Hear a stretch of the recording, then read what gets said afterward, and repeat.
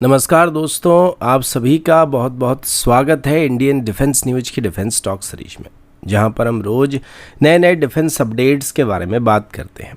तो चलिए देर न करते हुए आज की वीडियो शुरू करते हैं।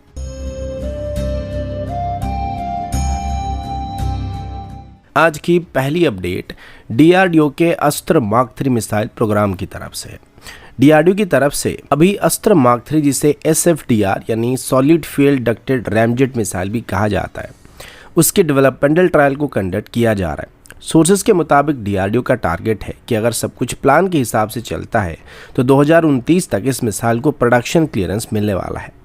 अस्त्र मार्क 3 को एक very long range VVR missile के तौर पर डिज़ाइन किया गया है। इसका एंगेजमेंट रेंज 350 किलोमीटर या उससे ज़्यादा होने वाला है। ये missile specially high value airborne target जैसे कि अवेक्स, एरियल रिफ्यूल टैंकर और आईएसआर एयरक्राफ्ट को टारगेट करने के लिए डेवलप किया गया। इसका मतलब ये कि फ्यूचर में इंडियन एयरफोर्स अपने फाइटर जेट को फ्रंटलाइन थ्रेड जोन में डाले बिना ही एनिमी के फोर्स मल्टीप्लायर एयरक्राफ्ट को टारगेट कर सकता है।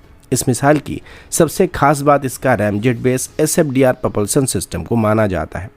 Conventional air to air missile में रॉकेट मोटर थोड़ी देर में बर्नआउट हो जाते हैं, लेकिन रैमजेट इंजन मिसाइल को काफ़ी लंबे समय तक सस्टेन थ्रस्ट को प्रोवाइड करता है। इसी वजह से अस्त्र मार्क 3 की एवरेज स्पीड ज़्यादा होने वाली है, एनर्जी रिटेंशन बेहतर होने वाली है और एंड गेम मैन्युअलिटी काफ़ी ज़्यादा स्ट्रांग होने वाली है। रिपोर्ट्स के मुताबिक इसका बर्नआउट टाइम इंडियन एयरफोर्स के सर्विस में मौजूद मिट्योर मिसाइल से भी ज़्यादा होने वाली, जिससे साफ है कि इसका परफॉर्मेंस मिट्योर मिसाइल से भी बेहतर होने वाला है। रैमजेट propulsion का डायरेक्ट इम्पैक्ट मिसाइल का नो एस्केप जोन के ऊपर भी पड़ने वाला है। सोर्सेज का कहना है कि अस्त्र मार्क 3 का no escape zone Meteor missile से भी काफ़ी बड़ा होने वाला है। अभी के मॉडर्न एयर कॉम्बैट में सिर्फ मैक्सिमम रेंज इंपॉर्टेंट नहीं होता है, बल्कि नो एस्केप जोन ज़्यादा मैटर करता है, क्योंकि ये वो जोन होता है जहाँ पर टारगेट के बचने की चांसेस काफ़ी कम रह जाता है, चाहे वो कितना भी मैन्यूवर कर ले या फिर काउंटर मेजर को ड्रॉप कर ले, इस्तेमाल कर ले, लेकिन इस रेंज के अंदर मिसाइल को डिफीट करना लगभग नामुमकिन होता है। अभी जो टेस्टिंग चल रहे हैं उसका फोकस रैमजेट इंजन की airflow stability, fuel regulation, guidance और कंट्रोल सिस्टम के साथ सीमलेस इंटीग्रेशन पर होने वाली है। आने वाले सालों में मल्टीपल टेस्ट कैंपेन को किया जाने वाला, जिसमें मिसाइल की फ्लाइट एनवेलप को ग्रेजुअली एक्सपेंड किया जाने वाला, जिसमें एक्सट्रीम रेंज और अल्टीट्यूड कंडीशन को भी वैलिडेट करने की बात डीआरडीओ की तरफ से किया गया है।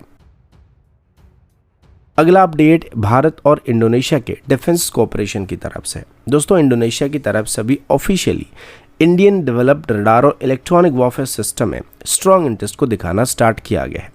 ये डेवलपमेंट ऐसे टाइम पर सामने आ रही है जब दोनों कंट्रीज के बीच ब्रह्मोस मिसाइल डील और स्कॉर्पियन क्लास की सबमरीन प्रोग्राम को लेकर बातचीत चल रही है। रिपोर्ट्स के मुताबिक इंडोनेशियन मिलिट्री की तरफ से अभी अपने सेंसर और काउंटर सेंसर कैपेबिलिटी को मॉडर्नाइज करने की कोशिश किया जा रहा है, जिसमें रडार और इलेक्ट्रॉनिक वॉरफेयर सिस्टम उनकी टॉप प्रायोरिटी होने वाली है। आज के टाइम पर भारत रडार और इलेक्ट्रॉनिक वॉरफेयर के ऑलमोस्ट हर डोमेन में लगभग 100% लोकल डेवलपमेंट और प्रोडक्शन कैपेबिलिटी अचीव कर चुका है। इसका सबसे बड़ा एडवांटेज ये है कि भारत अभी फॉरेन सप्लायर पर डिपेंड नहीं करता है और सिस्टम्स को अपनी ऑपरेशनल रिक्वायरमेंट के हिसाब से मॉडिफाई कर सकता है। यहाँ पर एक खास बात यह कि भारत रडार और इलेक्ट्रॉनिक वॉरफेयर सिस्टम में गैलियम नाइट्रेट बेस्ड टेक्नोलॉजी का लार्ज स्केल अडॉप्शन कर रहा है। अब गैलियम नाइट्रेट टेक्नोलॉजी की वजह से इंडियन रडार और इलेक्ट्रॉनिक वॉरफेयर सिस्टम की पावर एफिशिएंसी बेहतर होता है, डिटेक्शन रेंज ज़्यादा होता है, जैमिंग रेजिस्टेंस बेहतर होता है और ओवरऑल रिलायबिलिटी काफ़ी इंप्रूव होता है। इंडोनेशियन एनालिस्ट का कहना है कि इंडियन सिस्टम अभी यूरोपियन ऑफरिंग के कंपैरिजन में भी काफ़ी कॉम्पिटिटिव बन चुके हैं और कुछ केस में अडेप्टेबिलिटी, सॉफ्टवेयर डिफाइंड आर्किटेक्चर और कॉस्ट इफेक्टिवनेस के मामले में ये यूरोपियन सिस्टम से आगे निकल चुके हैं। अब चाइनीज ऑप्शंस को लेकर इंडोनेशियन साइड का असेसमेंट काफ़ी ब्लंट रहा था। इंडोनेशियन एनालिस्ट के मुताबिक Indian radar electronic solution maturity, real world performance और फ्यूचर अपग्रेड पोटेंशियल के मामले में चाइना से काफ़ी आगे निकल चुके हैं। इसके अलावा इंडोनेशिया का चाइनीज सिस्टम का एक्वायर करना उनके लिए भी फायदेमंद नहीं होने वाला, क्योंकि इंडोनेशिया का पहले से ही चाइना के साथ इतना अच्छा रिलेशन नहीं है। तो अगर वो चाइनीज सिस्टम का एक्वायर करते हैं और बाद में चाइना के साथ उनका कोई जंग होता है या कोई कॉन्फ्लिक्ट होता है, तो ऐसे कंडीशन में चाइना उनकी सप्लाई चेन को ब्लॉक कर सकता है और उनकी डिफेंस सिस्टम ऐसे ही बेकार होने वाला, जिस वजह से डिफेंस सोल्यूशन के लिए इंडोनेशिया के लिए चाइना के बदले भारत एक बेहतर ऑप्शन होने वाली है।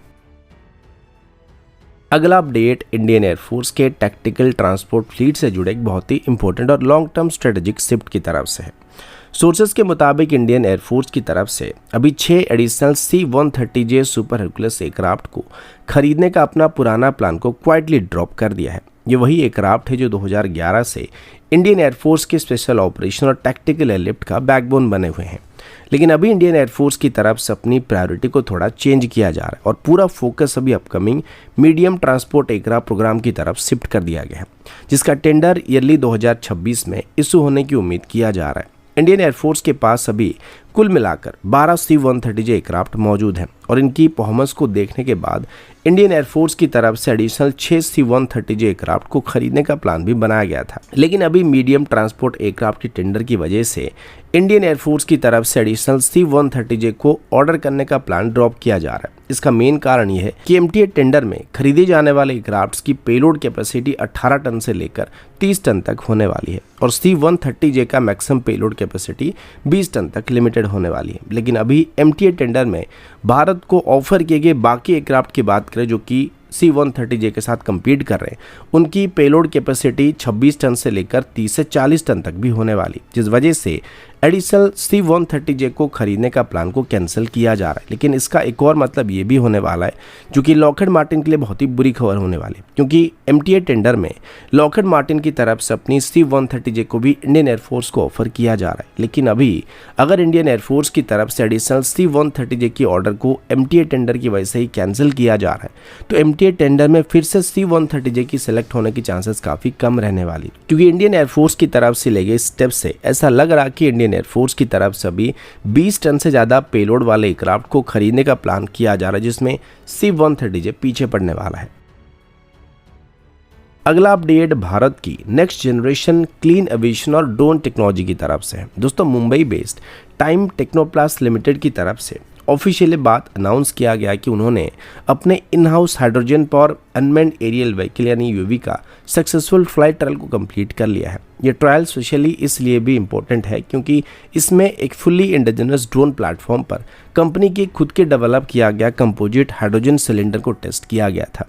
कंपनी के मुताबिक ये UAV hydrogen fuel cell propulsion system पर ऑपरेट करने वाला है, जिसका मतलब ये हुआ कि भारत ऑफिशियली एक फ्यूल सेल पावर ड्रोन को डिज़ाइन, इंटीग्रेट और फ्लाइट टेस्ट करके डेमोन्स्ट्रेट करने में सफल रहा है। इस ट्रायल में सिर्फ प्रोपल्शन सिस्टम को वैलिडेट नहीं किया गया था, बल्कि हाइड्रोजन को लाइट वेट कंपोजिट सिलेंडर में सेफली स्टोर करना और उसको यूज करने की कैपेबिलिटी को प्रूव किया गया था, जो हाइड्रोजन एविएशन के स्केल अप के लिए सबसे क्रिटिकल चैलेंज माना जाता है।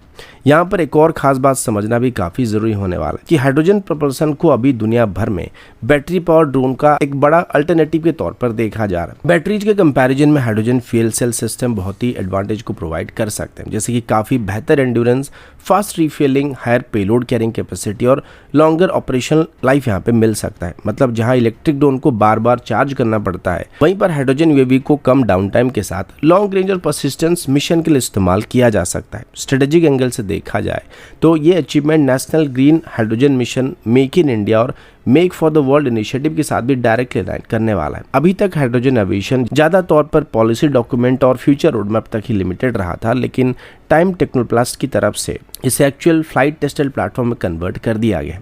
ये एक क्लियर सिग्नल है कि भारत अभी सिर्फ कॉन्सेप्ट पर नहीं बल्कि डिप्लॉयबल क्लीन एविएशन सोल्यूशन पर भी काम कर रहा है। एप्लीकेशन की बात करें तो कंपनी का कहना है कि हाइड्रोजन पावर UAVs का यूज पाइपलाइन और critical infrastructure surveillance, oil and gas monitoring, logistic और cargo movement, agriculture, defence, emergency response और डिजास्टर मैनेजमेंट जैसे सभी एरिया में किया जा सकता है। यानी कि एक तरीके से ये वर्तमान के बैटरी पावर ड्रोन को आगे चल के रिप्लेस कर सकते हैं। तो दोस्तों, अभी के लिए इतना ही। मिलता हूँ आपसे अगले वीडियो में, तब तक के लिए जय हिंद, वंदे मातरम।